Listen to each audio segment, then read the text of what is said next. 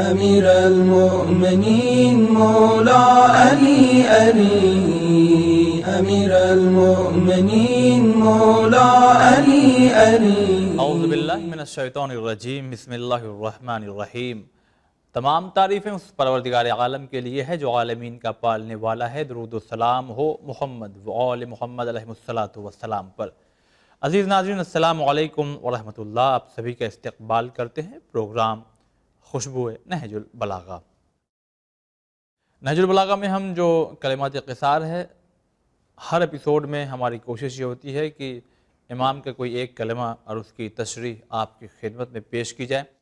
تو آئیے آج ہم انشاءاللہ گفتگو کریں گے کلمہ نمبر جو اس حساب ترتیب دیکھا جائے تو 42 نمبر پہ ہے، جس میں یہ ارشاد ہو رہا ہے امام علی علیہ السلام اپنے ایک صحابی سے اس کی بیماری کے موقع پر فرمایا۔ اب جو فرمایا اس کو غور سے سنیے۔ اللہ نے تمہاری بیماری کو تمہارے گناہوں کے دور کرنے کا ذریعہ بنا دیا ہے کہ خود بیماری میں کوئی اجر نہیں ہے، لیکن یہ برائیوں کو مٹا دیتی ہے اور اس طرح جھاڑ دیتی ہے جیسے درخت سے پتے جھڑتے ہیں۔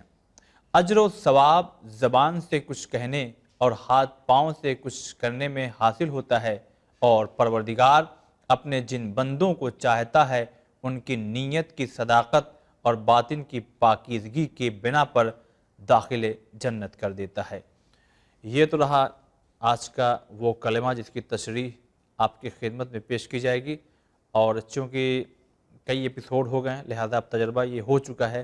کہ یہ کلمہ تھوڑا سا بڑا ہے، تو ایک ایپیسوڈ میں مکمل تشریح نہیں ہو سکتی۔ بہرحال جہاں تک ہوگی ہم آپ تک پہنچائیں گے، اور اگلے ایپیسوڈ میں انشاءاللہ مکمل کرنے کی کوشش کریں گے۔ ہمارے ساتھ میں ہر بار کی طرح اس بار بھی موجود ہیں عالی جناب مولانا غلام عباس صاحب۔ السلام علیکم ورحمۃ اللہ۔ وعلیکم السلام ورحمۃ اللہ وبرکاتہ۔ آئیے سوال شروع کرتے ہیں۔ پہلا سوال تو اسی کلمے کو دیکھتے ہوئے یہی ہے کہ کلمہ ہی بتا رہا ہے کہ بیماری کو ایک نعمت قرار دیا گیا ہے، جیسا کہ پڑھا جائے، اور اللہ کے بہت سے خاص بندے جو ہیں ان کو جب اس دنیا میں بھیجا گیا، جیسے انبیاء اکرام وغیرہ، ان لوگوں کو بھی مشکلوں سے دو چار ہونا پڑا۔ تو جب خدا کے یہ خاص بندے ہیں تو آخر کیوں ان کو مصیبت میں مبتلا کیا گیا، پریشانی میں گرفتار کیا گیا؟ آخر کیا وجہ ہے؟ اور یہ کلمہ کہ بیماری بھی ایک نعمت سے محسوس ہو رہی ہے۔ اعوذ باللہ من الشیطان الرجیم، بسم اللہ الرحمن الرحیم۔ الحمد للہ الذی انزل الفرقان علی عبدہ لیکون للعالمین نذیرا،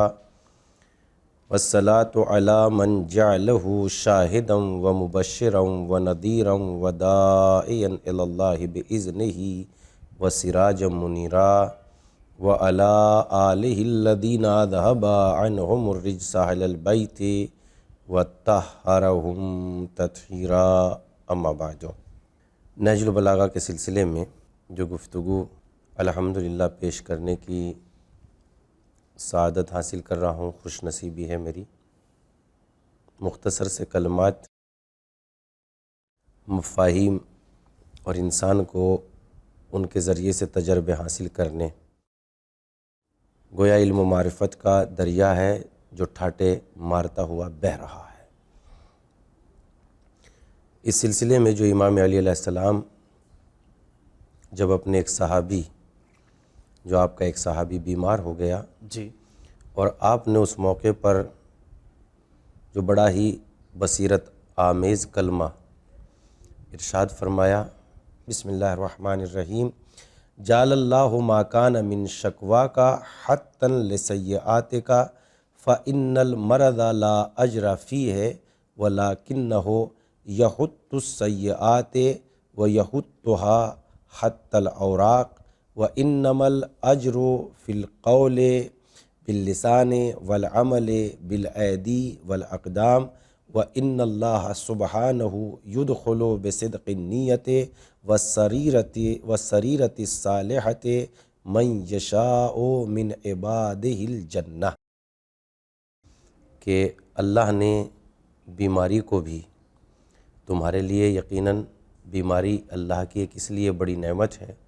کہ یہ گناہوں کو اس طریقے سے جھاڑ دیتی ہے جس طریقے سے درخت کے پتے جھڑ جاتے ہیں۔ یہاں بیماری ایک نعمت اس صورت میں ذہنی طور سے اور عقلی طور سے بھی ثابت ہو رہی ہے کہ اگر ہمارا لباس گندا ہے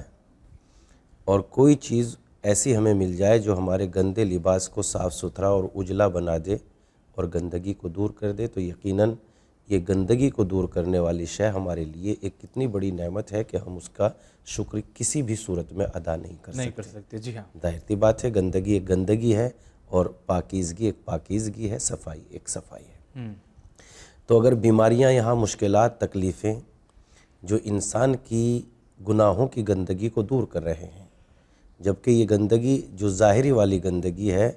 اس کی اس گندگی کے مقابلے پر جو گناہوں کی گندگی ہے کوئی حیثیت نہیں ہے۔ جی، اس لیے کہ ظاہری گندگی پانی سے پاک ہو سکتی ہے، مگر گناہوں کی گندگی پانی سے پاک نہیں ہو سکتی۔ نہیں ہو سکتی، صحیح، اگر انسان کے ہاتھ پہ، کپڑے پہ، لباس پہ کوئی گندگی لگ گئی ہے، کوئی نجاست لگ گئی، پاک ہو جائے گی۔ بے شک، لیکن اگر انسان گناہوں کی نجاست سے نجس ہے تو پھر اس میں کوئی طاقت نہیں ہے سوائے توبہ کے دروازے کے نزدیک آئے اور اللہ کی بارگاہ میں استغفار کرے، بس یہی ایک راستہ اور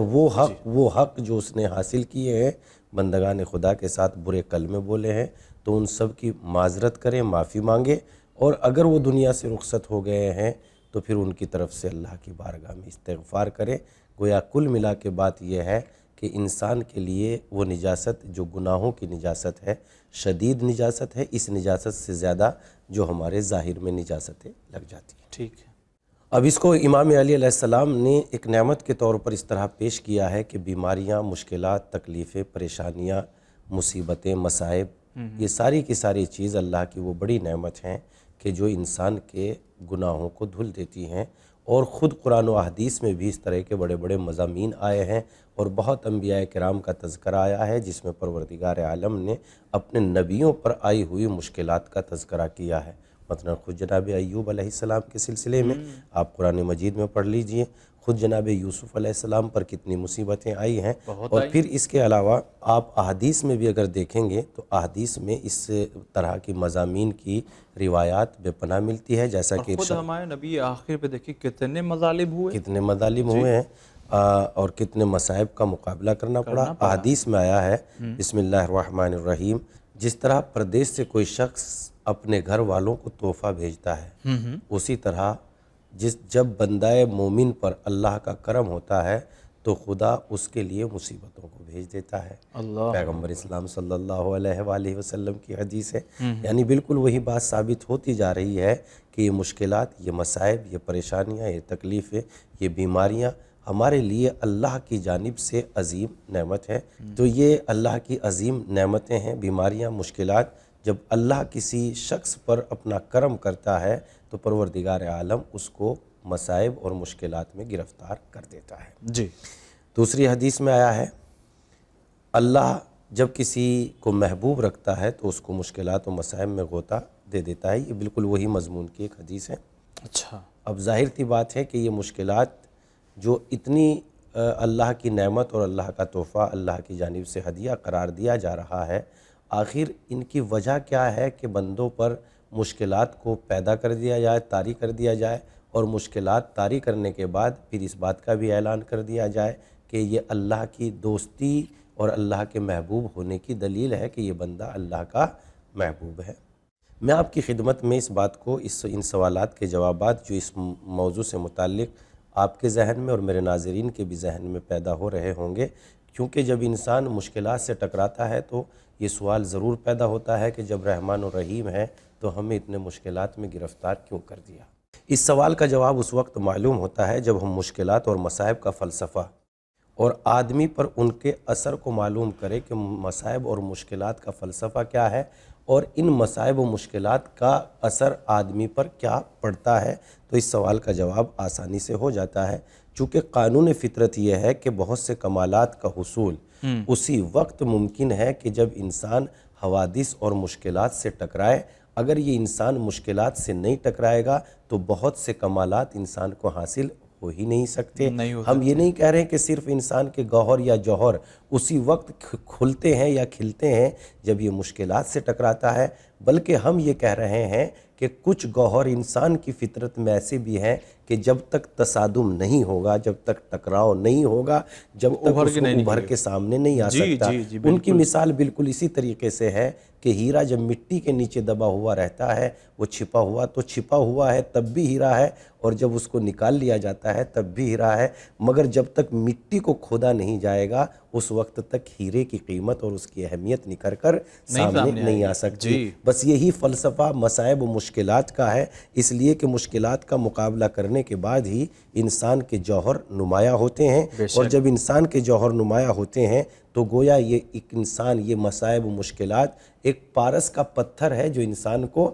کندن بنا دیتا ہے۔ اس سے بھی بڑھ کے بات یہ ہے کہ مصائب و مشکلات انسان کے لیے انقلاب آفرین ہے، یعنی انسان اگر کم ہمتی ہے تو مصائب و مشکلات کا مقابلہ کرنے کے بعد انسان صاحب حوصلہ بن جاتا ہے۔ مصائب و مشکلات بزدل کو شجاع بنا دیتے ہیں، مصائب و مشکلات ہی ہوتے ہیں جو انسان کی کایا کو تبدیل کر دیتے ہیں۔ جب انسان مقابلہ کرتا ہے مصائب و مشکلات کا تو انسان کچھ کا کچھ اور ہی بن جاتا ہے۔ اس لیے یہ انعامات ہیں اللہ کی جانب سے، کبھی کبھی انعام ہوتے ہیں، نعمتیں ہوتی ہیں خیر کی صورت میں، اور کبھی کبھی نعمتیں ہوتی ہیں پروردگار عالم کی جانب سے شر کی صورت میں، نقمت کی صورت میں، تکلیف کی صورت میں۔ لہذا شر کی صورت میں، نقمت کی صورت میں، لباس نقمت کے پردے میں یہ مصائب و مشکلات انسان کے لیے نعمتیں ہوتی ہیں بہترین طریقے سے۔ اس کی مثال بالکل آپ اس طریقے سے سنیے کہ تاریخ نے ایک بہت زبردست واقعہ پیش کیا ہے۔ اگر یہ میرے ناظرین اس کو قاعدے سے اپنے دل میں جگہ دیں گے تو انشاءاللہ تعالی ان باتوں کا اندازہ ہوگا کہ جو بات میں آپ کی خدمت میں عرض کر رہا ہوں، مصائب و مشکلات کس طریقے سے انسان کے چھپے ہوئے گوہر کو ابھارتے ہیں اور انسان کے جوہر کھل کے سامنے آتے ہیں۔ یہ تو آپ نے بھی اکثر سنا ہوگا کہ بہت سے شاعر وہ ہوتے ہیں یا بہت سے لوگ وہ ہوتے ہیں کہ جب وہ مقابلہ کرتے ہیں تو ان کی بڑی بڑی صلاحیتیں ابھر کے آتی ہیں، ورنہ اگر مقابلہ نہ ہو تو ان کی وہ ساری صلاحیتیں سو جاتی ہیں اور مان پڑ جاتی ہے۔ جب انسان کو سامنے سے مقابلہ تو اپنے آپ کو تیار کرتا ہے، اور جب تیار کرتا ہے تو انسان اس تیاری میں اس کے اندر جو چھپے ہوئے ہیرے ہیں، خزانے ہیں، گوہر ہیں، وہ سامنے انسان کے نکھر کے سامنے آتے ہیں۔ اس کی مثال یہ ہے کہ جناب یوسف علیہ السلام جب قید خانے کنویں سے نکلنے بھائیوں کے حسد اور دشمنی سے آزاد ہو گئے، اور جناب یوسف علیہ السلام نے الہی حکومت کو قائم کر لیا۔ ٹھیک ہے۔ ان کے ایک بچپن کے دوست سے ان کی ملاقات ہوئی تو بچپن کے دوست نے انہیں کنویں سے نکلنا، بھائیوں کا حسد، غلام بننا، قید خانے میں جانا، وہ سارے قصے یاد دلائے، اور جناب یوسف علیہ السلام سے معلوم کیا کہ اے یوسف، جب آپ کے بھائیوں نے آپ پر ظلم و ستم کیے تو اس وقت آپ کی کیا حیثیت تھی اور آپ کیسا محسوس کرتے تھے؟ جناب یوسف علیہ السلام نے جواب دیا، جب ہم مشکلات میں گرفتار تھے تو بس اس کی مثال ایسی ہی ہوتی ہے جیسے شیر زنجیروں میں گرفتار ہوتا ہے، یعنی مشکلات زنجیر ہوتی ہیں اور ہم ان زنجیروں میں گرفتار تھے۔ بالکل اسی طریقے سے جب شیر زنجیروں میں گرفتار ہوتا ہے، گرفتار ہونے کے بعد بھی شیر جو ہے گرفتار کرنے والوں پر بھاری رہتا ہے، لیکن لومڑی کو آزاد چھوڑنے کے بعد بھی لومڑی کبھی شیر نہیں بن سکتی۔ اس کے بعد جناب یوسف علیہ السلام سے سوال کیا کہ جب آپ کو قید خانے میں ڈالا گیا تو اس وقت صورت کیا تھی؟ تو جناب یوسف علیہ السلام نے جواب دیا کہ جب ہمیں قید خانے میں ڈالا گیا تو اس وقت صورت وہی تھی جو چاند کی اس وقت ہوتی ہے جب وہ گھٹتا ہے، کبھی بڑھتا ہے اور کبھی غائب ہو جاتا ہے، لیکن جب غائب ہو جاتا ہے تو غائب ہونے کے بعد مکمل اور پورا آسمان کی پیشانی پر چمک اٹھتا ہے اور دنیا کو اپنی ہلکی اور پھیکی پیلی پیلی روشنی سے پوری دنیا کو اپنے نور سے منور کر دیتا ہے۔ کا یہی فلسفہ ان مصائب میں تھا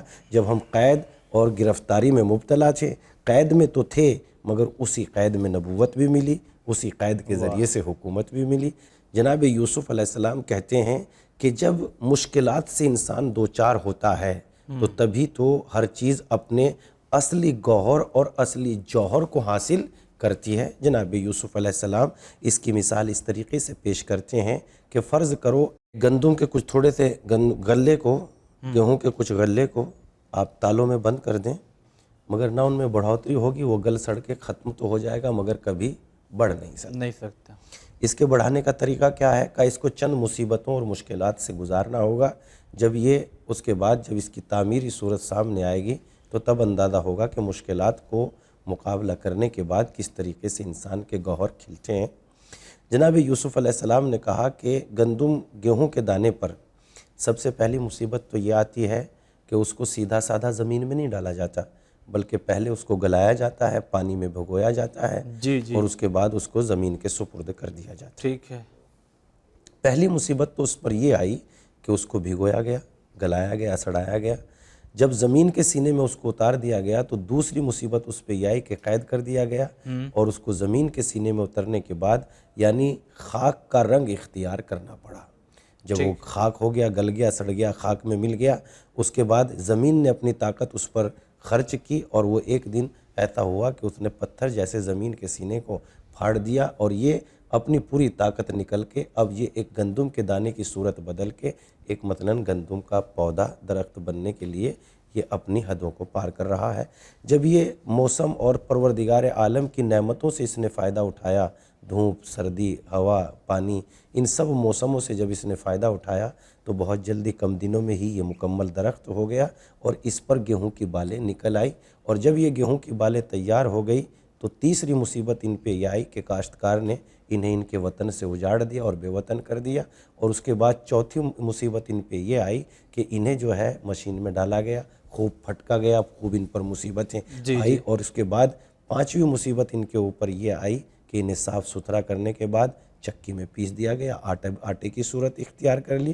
کہا چھٹی مصیبت ان کے اوپر یہ آئی کہ فقط اب یہ آٹے کی ہی شکل میں نہیں رہ گئے، بلکہ انہیں گوندا گیا اور گرم گرم پکتے بالکل لال سرخ توے پر اس گندم کے دانے کو ڈال دیا گیا، اور ساتویں مصیبت اس کے اوپر یہ آئی کہ پھر اسے دانتوں سے چبایا گیا۔ لیکن جب یہ اتنی مصیبتوں سے گزر گیا، اب یہی دانہ ہے جو انسان کے حلق سے اترنے کے بعد اسی نے عقل کا روپ اختیار کر لیا، یہی انسان کا خون بن گیا، یہی انسان کا ذہن بن گیا، یہی انسان کے لیے شعور بن گیا۔ جناب یوسف علیہ السلام نے دلیل پیش کی کہ اگر یہ مصیبتوں سے نہ گزرتا تو یہ عقل و شعور کبھی نہ بنتا۔ عقل و شعور تبھی بنا ہے جب یہ مشکلات سے گزرا ہے، تو پروردگار عالم بھی اپنے نیک بندوں کی طرف مشکلات کو اس لیے بھیج دیتا ہے تاکہ ان کی فطرت کے چھپے ہوئے گوہروں کو ابھارے۔ سبحان اللہ۔ اور اس کے علاوہ بھی بہت ساری کئی مثالیں ہیں جو میں آپ کی خدمت میں پیش کر سکتا ہوں۔ اور کچھ اس کائنات میں ایسے عناصر ہوتے ہیں جو تکلیف اور پریشانیاں اٹھا کر ہی وہ پھولتے ہیں، پھلتے ہیں۔ ایک جانور ہے جس کا نام اصغر، اصغر سین سے، سین والا اصغر، اصغر سواد والا اصغر نہیں، اس کے معنی تو چھوٹے کے ہوتے ہیں۔ لہذا اس کے بارے میں تاریخ میں یہ ملتا ہے کہ اسے جتنا جتنا مارا جائے لکڑی سے، یہ لکڑی کا زخم کھانے کے بعد جتنا اس کو زخم دیا جاتا ہے اتنا ہی یہ مضبوط ہوتا چلا جاتا ہے، اتنا ہی اس کے لیے اچھا ہے۔ وہ لکڑی کے زخم کھانے کے بعد پھولتا ہے، پھلتا ہے، تو اس کے بعد مثال میں کہتے ہیں کہ بس مومن کی روح کو بھی اصغر کے مانند ہی سمجھو، اس لیے کہ جتنے اس کو مشکلات میں مقابلے میں رکھا جائے گا اتنا ہی مومن کی روح مضبوط ہوتی چلی جائے گی۔ اس کے علاوہ اور بھی ایک مثال یہ آپ کی خدمت میں عرض کر دوں کہ ایک بڑے دانشور نے اس بات کو تسلیم کیا ہے اور اپنی کتابوں میں ان باتوں کو جگہ دی ہے۔ دانشور تحریر کرتے ہیں کہ طائف کا چمڑا جو بہت زیادہ مشہور ہوتا تھا، یعنی مضبوط بھی ہوتا تھا، مشہور بھی ہوتا تھا،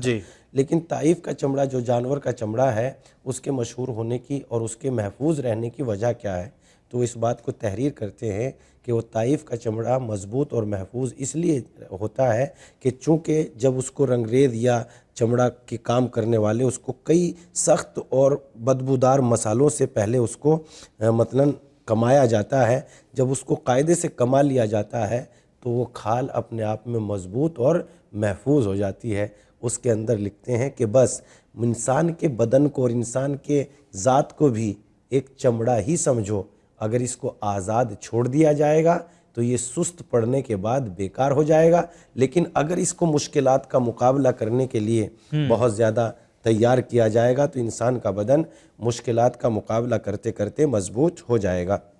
پھر اگلی مثال دیتے ہوئے اس بات کو کہتے ہیں کہ ذرا غور کریں، بہت سارے پرندے ایسے ہیں جو اپنے بچوں کو مشکلات میں ابھارتے ہیں،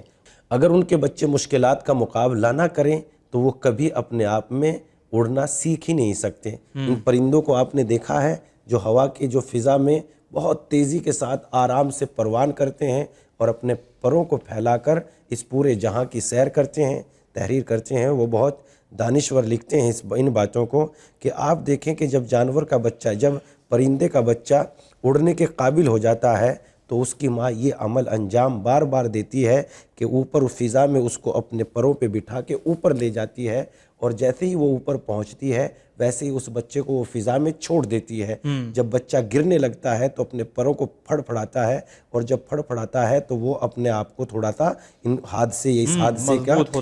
اس حادثے کا مقابلہ کرنے کے لیے تیار کرتا ہے، اور اس کی ماں جو پروں پہ بٹھا کے اس کو بلندی پہ لے کے آئی تھی، اس کی ماں اس انتظار میں رہتی ہے کہ جب وہ کمزور پڑ جائے گا، گرنے لگے گا، جیسے ہی دیکھتی ہے اس کی والدہ، اس کی ماں پرندے کی، تو وہ فوراً اپنے پروں کو اس کو پھر اپنے بازو پہ لے لیتی ہے، اور جب تھوڑا سا وہ آرام اس کو مل جاتا ہے تو پھر وہ